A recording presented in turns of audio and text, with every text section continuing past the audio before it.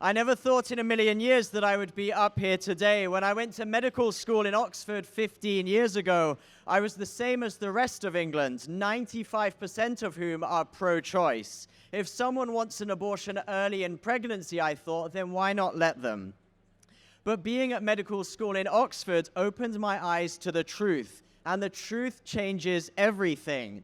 I could see the baby on the ultrasound crying when she was injected during pregnancy. I could see the evidence that abortion doesn't solve mental health problems, it causes them. I could see the truth that this was a human being from the moment of conception because I studied embryology. There was one moment that I was assisting with a cesarean section of twin babies, and we delivered the first baby. And it seemed crazy to me that this baby that we had just pulled out was a human being with equal rights, just as valuable as anyone else. And yet his twin baby sister still in the womb was nothing, was a clump of cells. It just doesn't make sense. At medical school, I learnt that life beginning at conception is not a religious dogma or a philosophical opinion, it is a scientific fact. In fact, there was a survey of over 5,000 biologists that asked them, when does life begin? And 95% of them said life begins at fertilization. This is not religion, this is science. So we have the truth on our side, and that is why we can have hope, because pro-choice people like me can change their minds however long it takes. But here's the issue. I could change my mind because there were still a few pro-life doctors in my country whose perspective I could hear, because there were still sparks of hope and sparks of life in our healthcare system in the UK. But what is now happening in the UK and Ireland threatens to extinguish those flames completely. What the abortion industry wants is to crush pro-lifers in healthcare, to force us out, to block us from entering, and to completely erase us. They want to do this by eroding the right to conscience, one of the most fundamental human rights. Now, it would be very easy for me to act the hero and to say, we will never give up. We will always be in healthcare and we'll never let them get rid of us. And that would sound impressive and courageous. But the truth is that this depends on you. The truth is that those of us in healthcare can put up a fight, we can raise our voices, we can stand our ground and even put our careers on the line. But at the end of the day, if we are fired because we won't compromise on our beliefs, then it is not up to us, and there's not much we can do. Think about what this would actually mean in practice. It would mean that there would be no medical professionals to advocate for life in the public square. There would be no medical professionals honest enough to share the risks of abortion. Thousands of women would be gaslit for the rest of their lives, being told that abortion regret is a makey-uppy thing. Do you think abortion regret is a makey-uppy thing? I didn't think so. Now, many of your friends in healthcare would lose their jobs and their livelihoods. When you or your daughter or your granddaughter or your sister is in hospital for pregnancy care and giving birth, there would not be a single pro-life doctor or midwife there to care for them or for you. And without the right to conscience, healthcare will lose all of its very best people who put their patients first before their career. If you erode conscience, you remove precisely those healthcare professionals with the most integrity who are willing to do what is right rather than what is convenient. You cultivate a generation of healthcare professionals who choose their career and their ambitions over the well-being of their patients.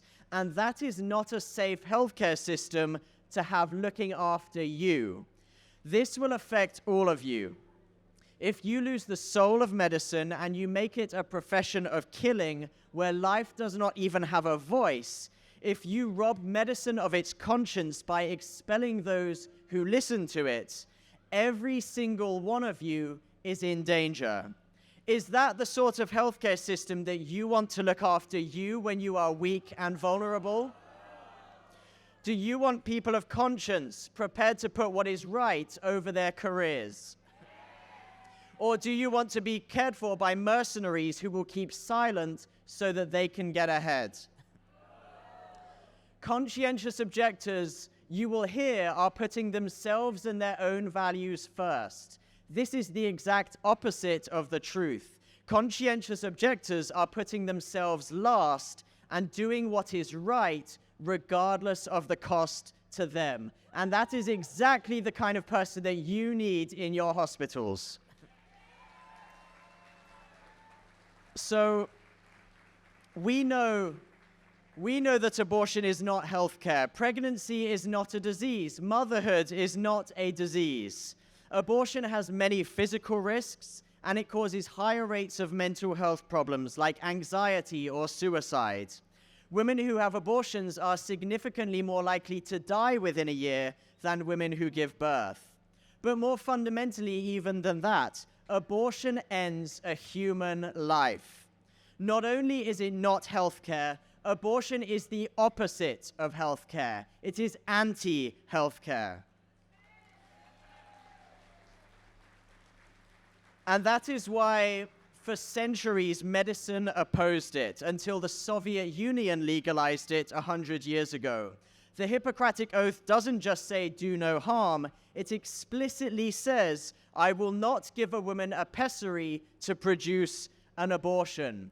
After World War II, at the height of the human rights movement, the British Medical Association said that the greatest crime a doctor can commit is cooperation in the destruction of life by murder, suicide, and abortion.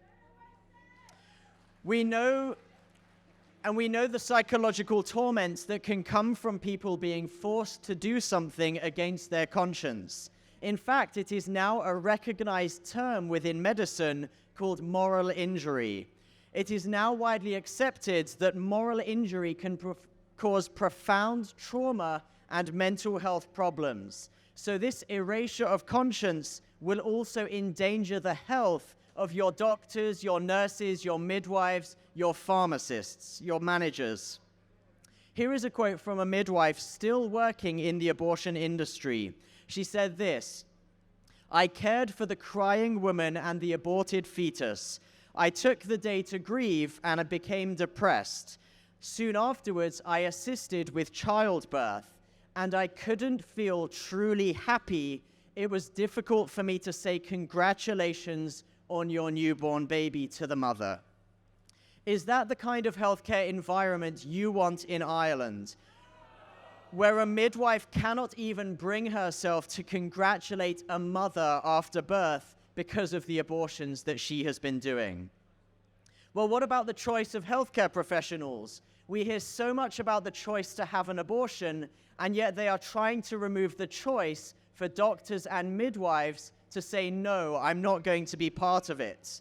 This is outright hypocrisy. What we are being told and what you are being told is that you can have the choice to kill a child, but medical professionals cannot have the choice to say, no, I don't want to. That is insanity. And so I want to finish with a very short story. In the 19th century, there was a Hungarian doctor called Ignaz Semmelweis. At this time, it was extremely common for women to die in childbirth from infections. And Dr. Semmelweis noted that if the doctors and midwives just washed their hands, the mortality rate dropped dramatically. He invented the practice of hand washing in medicine. It was a discovery that would save millions of lives. Well, do you know how the medical profession and the experts responded? They said that he was crazy. They said it was misinformation and they should be the arbiters of this. And so Dr. Semmelweis kept speaking out, telling people to wash their hands. And as a result, he was mocked and persecuted so badly that he was committed to a mental asylum. And within 2 weeks of admission to the mental asylum, he was beaten by the guards so badly that he died from his injuries. Friends, this is why conscience is so important. It's not just some abstract human right that some people in some areas of society have.